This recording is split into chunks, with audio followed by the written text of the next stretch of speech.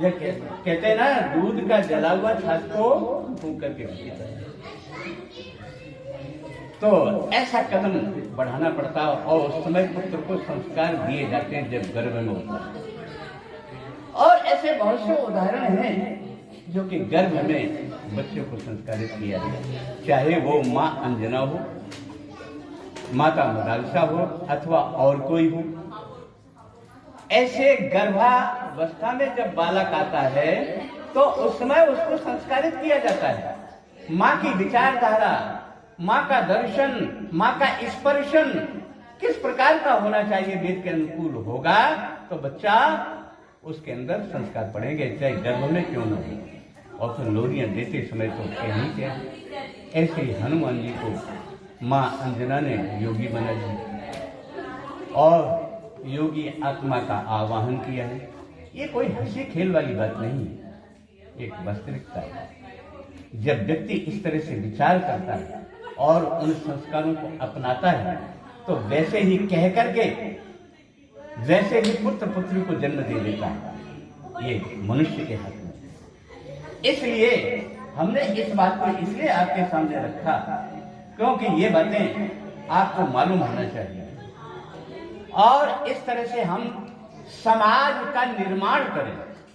समाज का निर्माण, उसकी योजना बहुत पहले से बनानी पड़ती है और योजना बना करके फिर हम ऐसी पवित्र आत्मा को जब जन्म देते हैं तो समाज का निर्माण क्यों नहीं होगा, अवश्य होगा। रोने की आवश्यकता नहीं है।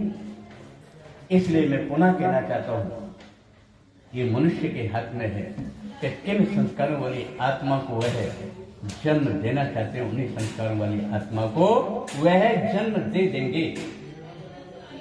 ये वेद इस बात को कहता है। इसलिए वर्तमान में वेद की शिक्षा की जरूरत है।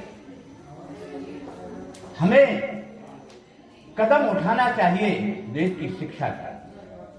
और वेद की शिक्षा, जैसा कि वातावरण है, इस बिगड़े हुए वातावरण में क्या हम सत्यार्थ प्रकाश का स्वाध्याय नहीं कर सकते हैं? एक पुस्तक है, वो महर्षि ने लिखी है, उसका नाम है सत्यार्थ प्रकाश। और सत्यार्थ प्रकाश का जो स्वाध्याय कर लेता है वो अनेक प्रकार की विसंगतियों से बच जाता है और उसका कदम भी शुद्ध पवित्र बन जाता है। इसलिए ज्यादा अध्ययन नहीं कर सकते तो सत्यार्थ प्रकाश का अध्ययन अवश्य करें। और सत्यार्थ प्रकाश का स्वाध्याय करते हुए हम किस तरह से समाज का निर्माण कर सकते हैं, उन संस्कारों को दे सकते हैं, वो सत्यार्थ प्रकाश से आपको मिलेगा। तो बहुत अच्छी बात है। ज्यादा समय न लेते हुए मैं अपनी वाणी को विराम देता हूं और आशा करता हूं कि इस विषय पर आप विचार करें। आशीर्वाद।